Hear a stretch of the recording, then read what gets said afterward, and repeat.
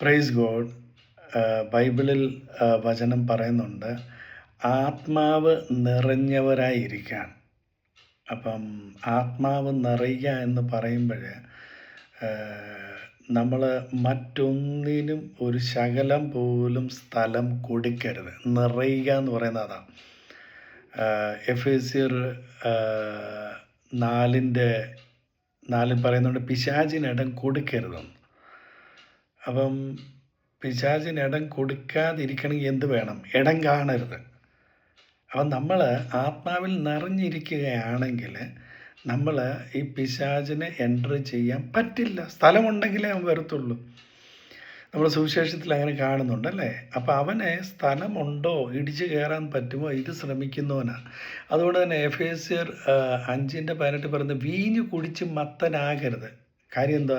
അതിനാൽ ദുർനടപ്പുണ്ടാകും. ആത്മാവ് നിറഞ്ഞവരായി സങ്കീർത്തനങ്ങളാലും സ്തുതികളാലും ആത്മീയ ഗീതങ്ങളാലും തമ്മിൽ സംസാരിച്ചും നിങ്ങളുടെ ഹൃദയത്തിൽ കർത്താവിന് പാട്ടുപാടിയും കീർത്തനം ചെയ്തും നമ്മുടെ കർത്താവായ യേശുക്രിസ്തുവിന്റെ നാമത്തിൽ ദൈവവും പിതാവുമായവൻ എല്ലായ്പ്പോഴും എല്ലാറ്റിനും വേണ്ടി സ്തോത്രം ചെയ്തു കൊള്ളുവേൻ. അപ്പം നമ്മുടെ ഈ ആക്ടിവിറ്റി ആത്മീകമാകുമ്പോൾ ആ ദുഷ്ടന് കയറാൻ ഇടം വരത്തില്ല.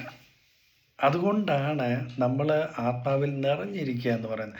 നമ്മൾ സംസാരിക്കുന്ന കാര്യങ്ങൾ, നമ്മൾ സംസാരിക്കുന്ന ആൾക്കാർ, ടോപ്പിക്ക്, ഇതൊക്കെ നമ്മൾ ശ്രദ്ധിക്കണം. വളരെ വളരെ ശ്രദ്ധിക്കണം. വിശേഷിച്ച് ഈ കാലത്ത് നമ്മൾ വളരെ വിജിലൻ്റ് ആയിരിക്കണം. ഒരു നെഗറ്റിവിറ്റി കയറാൻ അനുവദിക്കരുത്. കാര്യം അത് നമ്മുടെ കയ്യിലാണ്.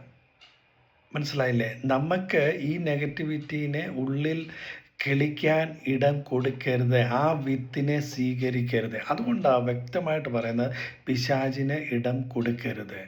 അത് കൊടുക്കാതിരിക്കണമെങ്കിൽ നമ്മൾ ചെയ്യുന്ന ആക്ടിവിറ്റീസിൽ നമ്മൾ ശ്രദ്ധിക്കുന്നവരായിരിക്കണം. നമ്മൾ അങ്ങനെ നിൽക്കുമ്പോൾ ഈ പറയുന്ന ആത്മീകമായിട്ടുള്ള കാര്യത്തിനകത്ത് അത് നിറഞ്ഞ് കവിഞ്ഞ് തുളുമ്പി നിൽക്കും. ഇവനിവിടെ കയറാൻ പറ്റത്തില്ല. God bless you.